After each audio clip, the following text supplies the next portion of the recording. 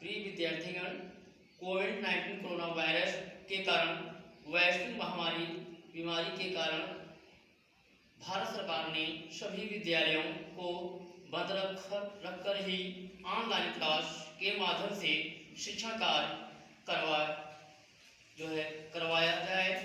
इसलिए शासनादेश के अनुसार मैं अशोक कुमार यादव सर, आर्यस आनंद संस्कार इंटर कॉलेज मलाहा बहरिया प्रयागराज उत्तर प्रदेश की तरफ से आज से आप सभी को जीव विज्ञान की प्रथम इकाई सजीव जगत में संगठन अर्थात पहला चैप्टर जीवों में विविधता नामक पाठ का प्रारंभ कर रहा हूं। और आप जैसा कि आप जानते हैं, आज से इस ऑनलाइन क्लास का शुभारंभ हो रहा है। क्लास 10 और विज्ञान के विज्ञान में थर्ड यूनिट जीव विज्ञान में इकाई फर्स्ट सजीव जगत में संगठन में पार्ट 1 जीवों में विविधता नामक पाठ प्रारंभ किया जा रहा है। सबसे पहले हम विद्यार्थियों आपको बताना चाहते हैं विज्ञान के बारे में।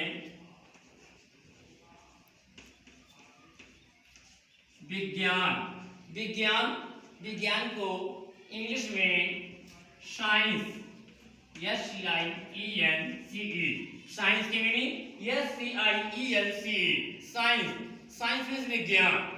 अब बच्चों, जैसा कि आप लोग जानते हो, ये ऑनलाइन क्लास चल रहा है। इसमें आप सब अपने पास पहुंच से, दुकानों से या पुराने साथियों से कक्षा 10 की किताब बुक जो भी आपके विद्यालय में चल रही थी वही है, कोई चेंजिंग नहीं हुई है। उस किताब को आप अपने साथियों से उपलब्ध करके अपने पास खोल कर रख लीजिएगा। उसके बाद इस वीडियो को ऑन करिएगा और आप स्वतः सोशल डिस्टेंस बनाते हुए अध्ययन जारी करिएगा, क्योंकि शिक्षा ही एक ऐसी शक्ति है जो हमारे अंदर अंतर्निहित शक्तियों को उजागर करती है। क्योंकि कहा गया है, बगैर शिक्षा के मनुष्य जो होता है बगैर सींग मूंछ के पशु के समान होता है, अर्थात शिक्षा ही हमारी शक्ति को उजागर करेगी।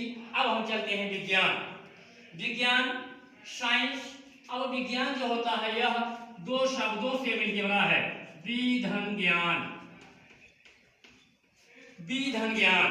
जिसका अर्थ होता है विशेष ज्ञान। अर्थात हम विज्ञान को परिभाषित कर सकते हैं इस प्रकार से, सुव्यवस्थित सुसंगठित क्रमबद्ध ज्ञान को विज्ञान कहते हैं।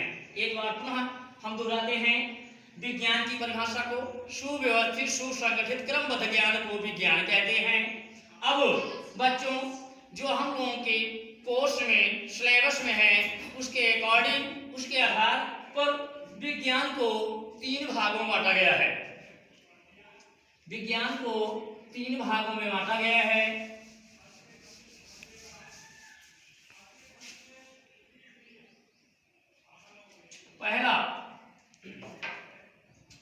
पहला आपका है विज्ञान में भौतिक विज्ञान।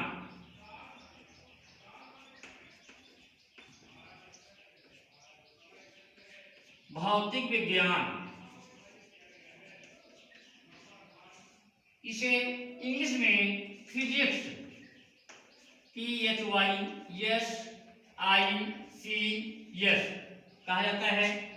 दूसरा है पार्ट रसायन विज्ञान।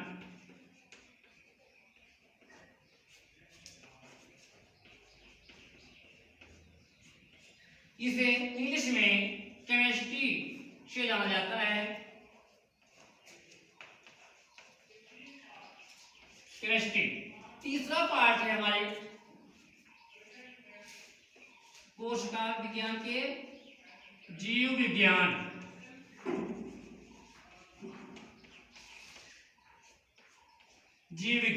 इसे इंग्लिश में यानी अंग्रेजी में बायोलॉजी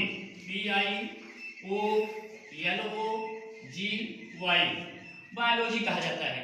इस प्रकार बच्चों, विज्ञान को मुख्यतः बांटा तो कई भागों गया है, कई शाखाओं में गया है, लेकिन हम लोगों के कोर्स में जो है, हम लोग को जो पढ़ना है उसमें 3 पार्ट हैं इसके, भौतिक विज्ञान फिजिक्स, रसायन विज्ञान केमिस्ट्री, जीव विज्ञान बायोलॉजी। इन 3 पार्ट में बांटा गया है इसे। अब हम एक एक करके इनको परिभाषित करेंगे। सबसे पहले हम भौतिक विज्ञान को देखते हैं। भौतिक विज्ञान क्या है? भौतिक विज्ञान की वह शाखा जिसके अंतर्गत हम किसी द्रव्य और ऊर्जा के पारस्परिक संबंधों का अध्ययन करते हैं, उसे भौतिक विज्ञान कहते हैं, यानी फिजिक्स कहा जाता है। भौतिक विज्ञान की वह शाखा है जिसके अंतर्गत हम किसी द्रव्य और ऊर्जा के पारस्परिक संबंधों का अध्ययन करते हैं, भौतिक विज्ञान कहलाती है। भौतिक विज्ञान के जनक न्यूटन को माना जाता है और आधुनिक मॉडर्न जनक जो होते हैं उनके आइंस्टीन को माना जाता है। उसके बाद हम आते हैं सेकंड पार्ट, रसायन विज्ञान, केमिस्ट्री। रसायन विज्ञान क्या है? रसायन विज्ञान की वह शाखा है जिसके अंतर्गत हम किसी पदार्थ के गुणधर्म, संगठन, संरचना आदि के बारे में जो अध्ययन करते हैं उसे रसायन विज्ञान कहते हैं। रसायन विज्ञान जो है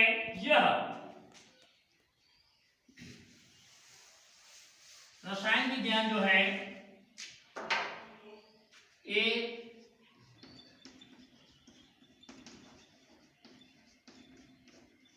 रसायन विज्ञान जो है यह केमी शब्द से लिया गया है जिसका अर्थ होता है काला, और केम से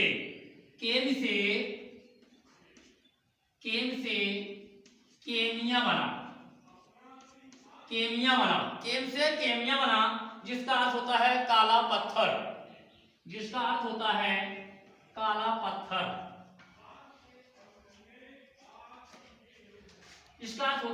पत्थर। अर्थात मिस्र देश में काला पत्थर पाया गया और वहीं से इसकी केमिस्ट्री मीन्स केमिया अर्थात केमिस्ट्री रसायन विज्ञान का उद्भव हुआ। और दी फादर ऑफ केमिस्ट्री, रसायन विज्ञान के जनक जो है लियोजियर माने जाते हैं। ये है रसायन विज्ञान। अब रसायन विज्ञान की पुनः हम लोग कई भागों में बांटा गया है, लेकिन हम लोगों के कोर्स के अंतर्गत 2 भागों में इसका अध्ययन हम करते हैं। इसके 2 भाग हैं। कार्बनिक रसायन, पहला है कार्बनिक रसायन। कार्बनिक रसायन को ऑर्गेनिक केमिस्ट्री कहा जाता है। सेकंड है अकार्बनिक रसायन।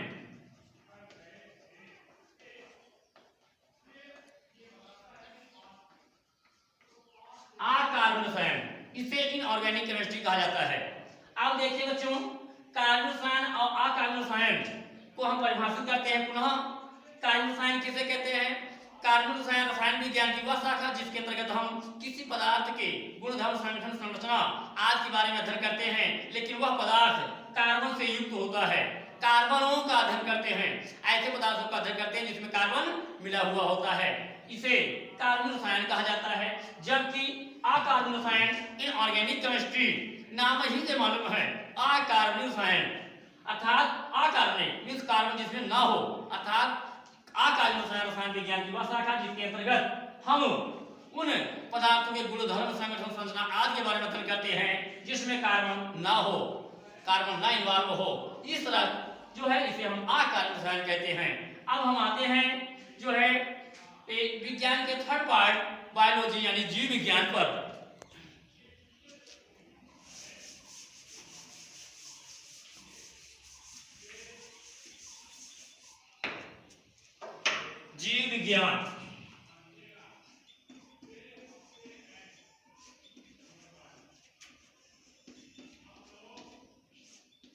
जीव विज्ञान को इंग्लिश में बायोलॉजी कहते हैं। बायोलॉजी, अब बायोलॉजी जो होता है यह 2 शब्दों से मिलकर बना है। बायोस मीन्स होता है लाइफ, लाइफ मीन्स होता है जीवन,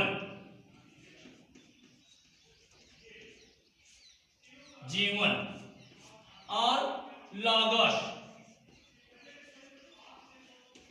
मीन्स होता है स्टडी, लॉगस मीन्स स्टडी या डिस्कस, स्टडी मीन्स होता है अध्ययन, अर्थात अब हम बच्चों इसको परिभाषित कर सकते हैं। जीव विज्ञान क्या है, आप स्वतः इसको जो है परिभाषित कर सकते हो कि जीव विज्ञान जीवन का अध्ययन ही जीव विज्ञान कहलाता है। अर्थात जीव विज्ञान विज्ञान की वह शाखा जिसके अंतर्गत हम जीवों का मीन्स सजीवों का, सजीव मीन्स पेड़ पौधे जंतु दोनों आते हैं, दोनों को मिला करके मिला जुला रूप ही सजीव कहलाता है। सजीव मीन्स पेड़ पौधे और जंतु, अर्थात जीव विज्ञान विज्ञान की वह शाखा जिसके अंतर्गत हम सजीवों का अध्ययन करते हैं, जीवधारियों का अध्ययन करते हैं, उसे जीव विज्ञान कहते हैं। अर्थात जिसमें जीवन का अध्ययन होता है, विज्ञान की उस शाखा को हम जीव विज्ञान कहते हैं। जीव विज्ञान के जनक means father of biology is called अरस्तु। लेकिन जीव विज्ञान के जनक अरस्तु माने जाते हैं, लेकिन सर्वप्रथम जीव विज्ञान को लेमार्क और टेबिलनेस ने जो है इस जीव विज्ञान शब्द को लाए थे, लेकिन इसके जनक को स्पष्टतः जो है अरस्तु को ही माना जाता है। अब बच्चों जीव विज्ञान को भी पुनः दो शाखाओं में बांटा गया है। आगे हम चलते हैं, उसकी प्रकार डालते हैं।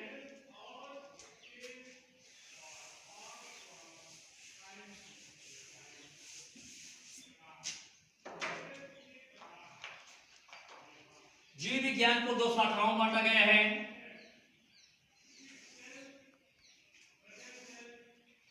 पहला है आपका जंतु विज्ञान।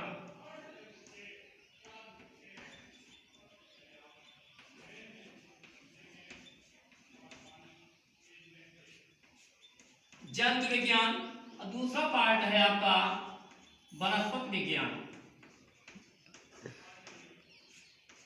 वनस्पति विज्ञान जंतु विज्ञान को इंग्लिश में जूलॉजी कहा जाता है।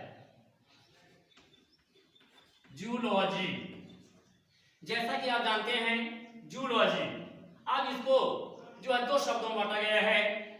जू मीन्स होता है एनिमल, एनिमल मीन्स होता है जानवर या जंतु।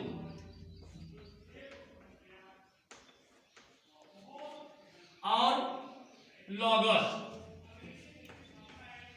मीन्स होता है स्टडी मीन्स होता है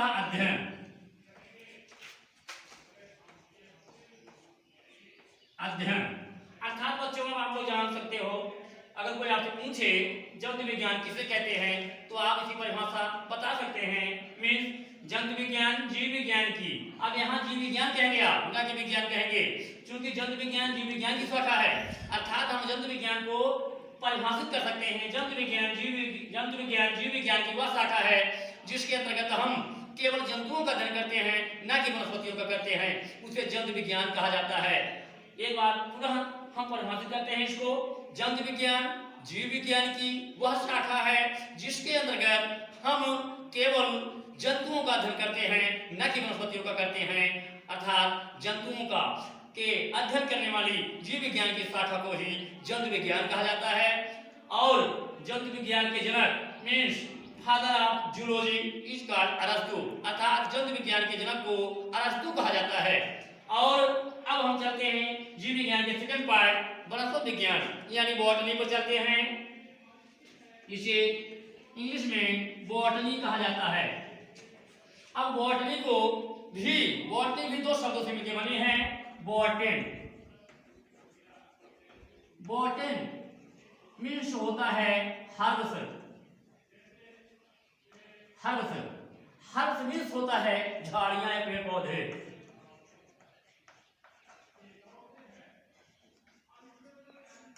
हर्ष मीन्स होता है झाड़ियां या पेड़ पौधे।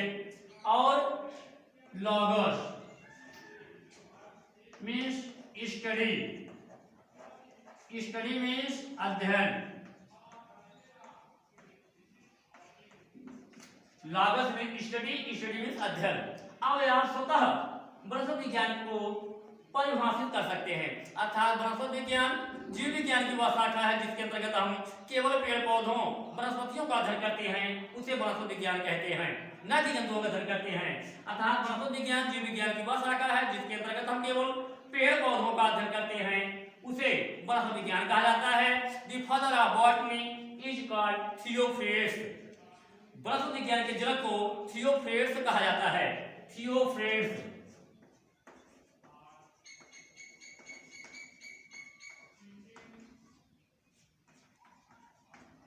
वनस्पति विज्ञान के जनक को थियोफ्रेट्स कहा जाता है, माना जाता है। जबकि जंतु विज्ञान के जनक को अरस्तु कहा जाता है। इस तरह से विज्ञान क्या है, विज्ञान के हमारे पार्ट क्या हैं और उनकी परिभाषाएं क्या हैं, जनक कौन है, इन सब के बारे में हम आप जानकारी किए। अब हम चलते हैं आगे।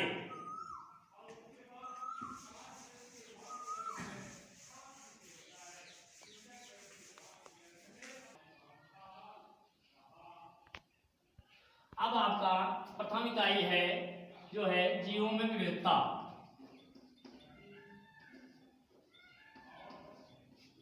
जीवों में विविधता। जीवों में विविधता पहला आपका प्रथम इकाई जीव में विविधता है। इसमें आपका पहली हेडिंग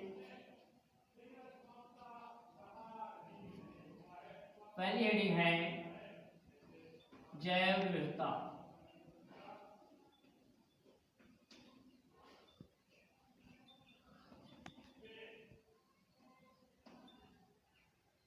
जैव विविधता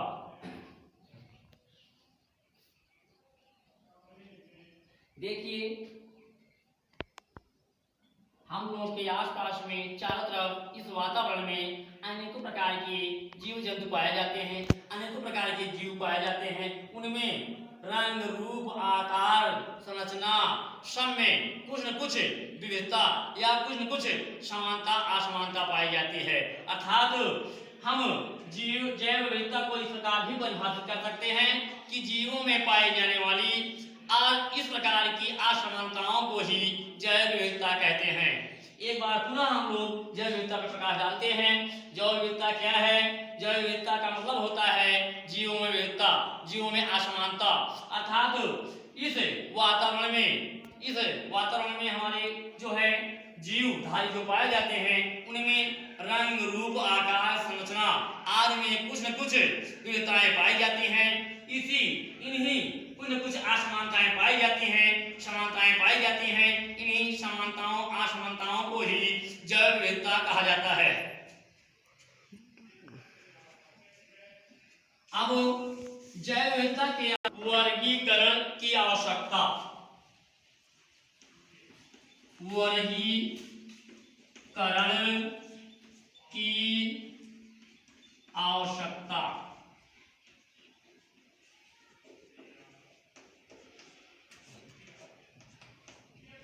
वर्गीकरण की आवश्यकता, क्लासिफिकेशन। आपका वर्गीकरण की आवश्यकता, वो सबसे पहले समझते हैं वर्गीकरण क्या है।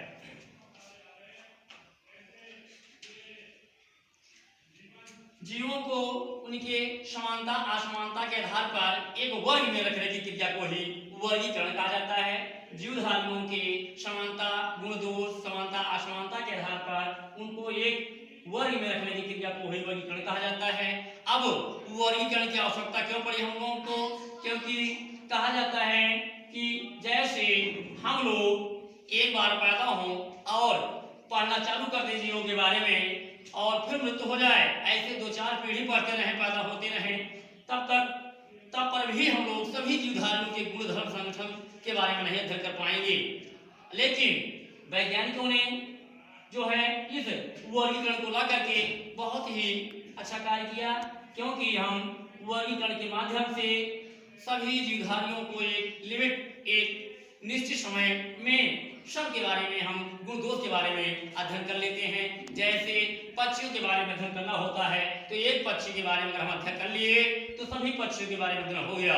और एक मनुष्य जाति में, होमोसेपियंस में अगर एक मानव का अध्ययन कर लिए, सभी प्रकार के मानव का अध्ययन हो गया। अर्थात इस तरह से हम लोग आसानी से जीवधारियों के बारे में अध्ययन कर लेते हैं। अर्थात वर्गीकरण की आवश्यकता हमें क्यों पड़ी? क्योंकि समय की बचत और नए जीवों की जो है खोज होने के कारण जो है वर्गीकरण की हमें आवश्यकता पड़ी। वर्गीकरण की आवश्यकता क्यों पड़ी? नए जीवों की खोज के लिए और सभी जीवधारियों के बारे में जानकारी प्राप्त करने के लिए हम लोग को वर्गीकरण की आवश्यकता पड़े। अब हम आगे चलते हैं इसमें।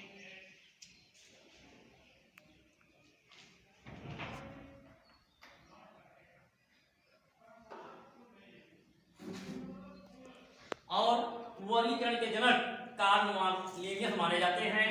वर्गीकरण के जनक कार्ल लिनियस माने जाते हैं। अब हम आगे आते हैं द्विनाम पद्धति। द्विनाम पद्धति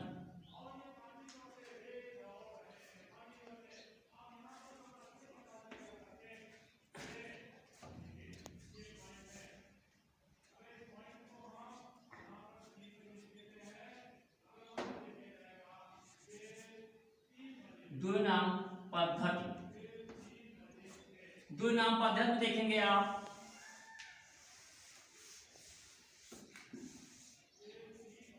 द्विनाम पद्धति क्या होती है। द्विनाम पद्धति के जनक स्वीडन के वैज्ञानिक कार्ल लिनियस हैं। और जो है इससे जो है जैसे हमारे भारत में किसी का पक्षी का नाम कुछ और है और बाहर जाएंगे वहां कुछ और है। इस सब अंतर्राष्ट्रीय और राष्ट्रीय समानताओं को ध्यान में रखते हुए वैज्ञानिकों ने जो है द्विनाम पद्धति लाया। द्विनाम पद्धति में जो होता है दो नाम होता है। पहला आपका वंश का नाम होता है जिसे जेनरिक नाम कहा जाता है, और दूसरा जाति का नाम होता है जिसे स्पेसिफिक नाम कहा जाता है। वंश और जाति दो नाम पाए जाते हैं इसमें द्विनाम पद्धति में। और जो है किसी भी जीवधारी का दो नामों से जाने जाने की क्रिया को ही द्विनामकरण पद्धति कहा जाता है।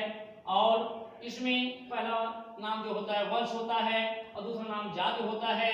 जैसे जो है मेढक का, इसी को वैज्ञानिक नाम भी कहा जाता है। जो है जैसे मेढक का वैज्ञानिक नाम जो है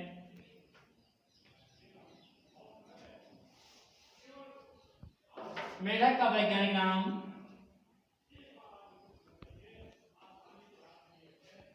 मेढक का वैज्ञानिक नाम राना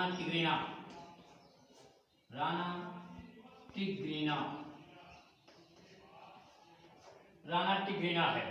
इसे इंग्लिश में इस तरह से हम डिनोट कर सकते हैं राना टिग्रिना।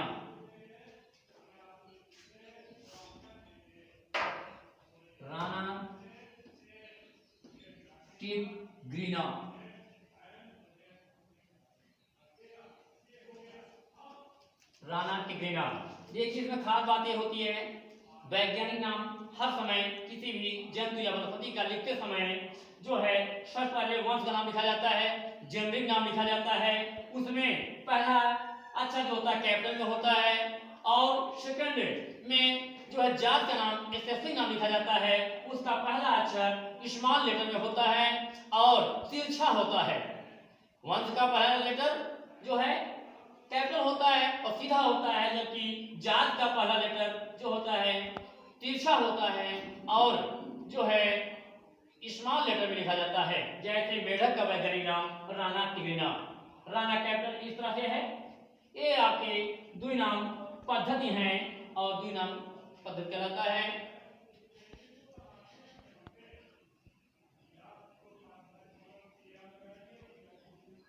अब अगली हेडिंग आपकी है, अगली हेडिंग द्वि या नॉमेनक्लेचर कहा जाता है, नामकरण।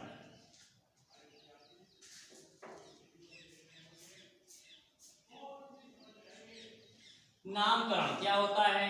नए वैज्ञानिकों के द्वारा खोजे गए नए जीवों का नाम द्विनाम पद्धति के आधार पर रखने की क्रिया को ही जो है नामकरण कहा जाता है। नए जीवों वैज्ञानिकों के द्वारा नए जीवों को खोजे जाने के बाद उनका नामकरण करना द्विनाम पद्धति के आधार पर, इस क्रिया को ही जो है नामकरण कहा जाता है।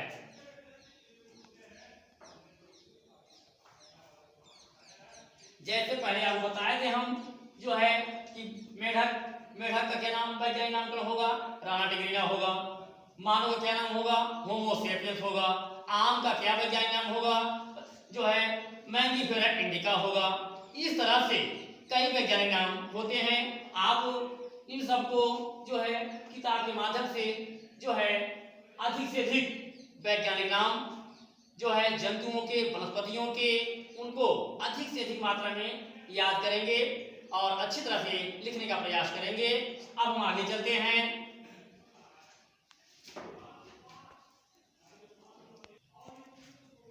अब अगली हेडिंग है आपका जीवों का वर्गीकरण। जीवों का वर्गीकरण। जीवों का वर्गीकरण।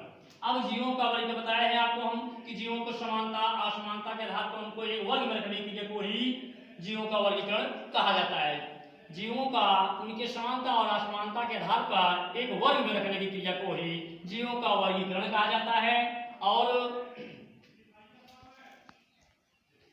इसे जो है 1707 तथा 1778 में कार्न वार्न लीनियस ने जो है वह जीवों का वर्गीकरण को जो है खोज किया, लाया और इसके जनक कार्न वार्न लीनियस माने जाते हैं। और इन्होंने अपनी पुस्तक सिस्टेमा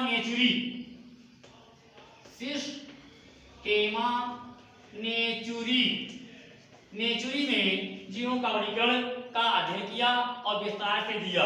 अब जीवों का वर्गीकरण के आधार पे जैसे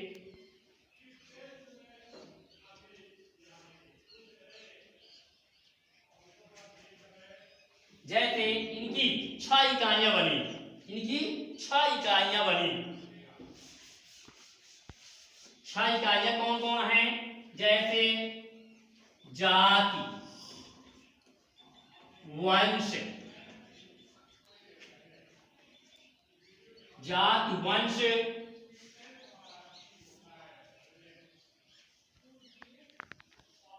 कुल, गण,